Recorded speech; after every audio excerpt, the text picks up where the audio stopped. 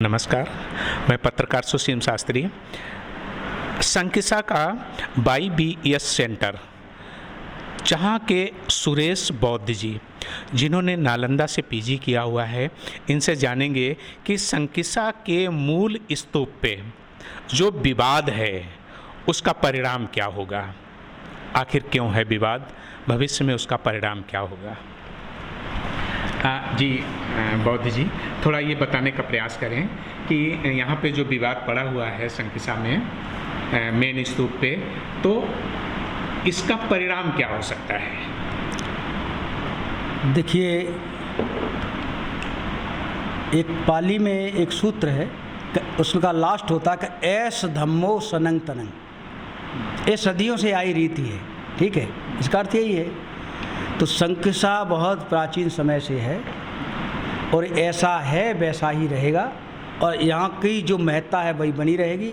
लोग बदलते रहेंगे, लोग आते रहेंगे जाते रहेंगे, लोगों की मानसिकता बदलती रहेगी। कभी संकिसा अपने ऐसे यौवन पे था कि वहाँ यहाँ एक बहुत बड़ा राजमहल और बहुत बड़े 3000 बिच्छू रह रहे थे, लेकिन आज की स्थिति में ये हो गया, परिवर्तन हुआ ना। तो मैं आपको उदाहरण देता हूँ कि बौद्धों की जो शांति जो होती है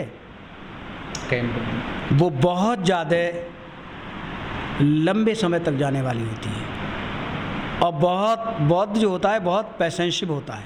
मैं आपको एक उदाहरण दे रहा हूँ कि 2001 में तालिबानियों ने बामियाना में वो मूर्ति उड़ा दी, जब पूरी दुनिया के लोगों ने निवेदन किया, यूनेस्को ने किया, और श्रीलंका की शांति सेना किया, भारत में किया, सारी दुनिया के देश के मतलब राष्ट्रपतियों ने, प्रधानमंत्री ने कहा कि भाई ऐसा अन्याय मत करो, लेकिन उसने डेट दे करके तोड़ दिया उसको। तो लोगों ने परम पावन दलाई लामा से ही प्रश्न किया कि भाई ऐसा हुआ, आपने कुछ बोला नहीं। तो परम पावन दलाई लामा जी ने कहा कि पत्थर की मूर्तियों से सबसे ज़्यादा अगर कोई महत्वपूर्ण है तो वो इंसान है, और कहा कि धर्म को लेकर के अगर खून की बूंद गिरती है तो हमारा बुद्ध शिक्षाओं का कोई मतलब नहीं रहता है। और उन्होंने कहा कि बौद्धों की शांति जो है ना बहुत ही ताकतवर होती है, इतना कहा उन्होंने। उसके बाद आप देख लिए, पर वो क्या नाम, ताइवान उसके बाद साफ हो गया। जब उसे उसकी गलती का एहसास हुआ तो फिर आया, और आज आकर के वो क्या कर रहा है, प्रिजर्व कर रहा है उन सब चीज़ों को।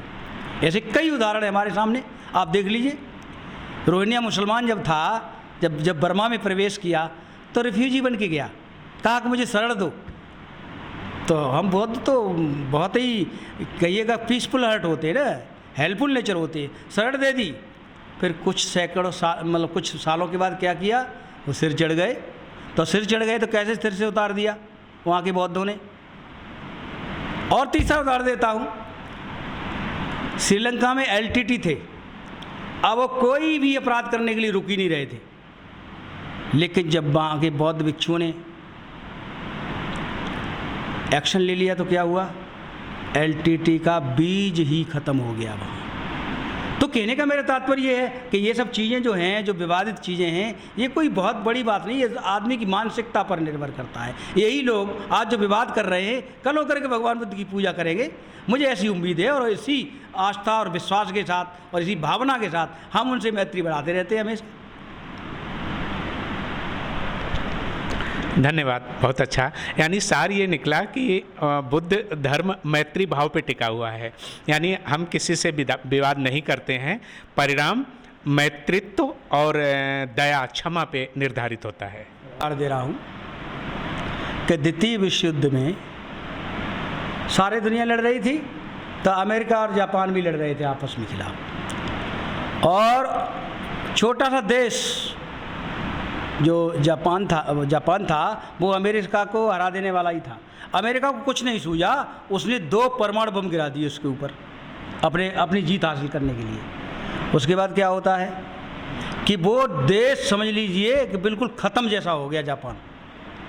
लेकिन आज उसका स्तर देखा जाए तो अमेरिका में उसके शहरों जैसे नगर नहीं है। दूसरी बात, अमेरिका के हर घर में जापान का प्रोडक्ट है, चाहे टीवी हो, चाहे व्हाइट हाउस में चाहे टीवी हो, अमेरिका के व्हाइट हाउस तक में उनका टीवी लगा हुआ है। तो कहने का मेरा तात्पर्य है कि जो डिस्ट्रक्टिव दिशा में जो जाता है वो कुछ ही लंबा चलता है, लेकिन जो कंस्ट्रक्टिव वे में जो चलता है वो दुनिया में बहुत लंबा चलते चला जाता है। तो यही बौद्धों का सोच है, we have to go to the constructive side.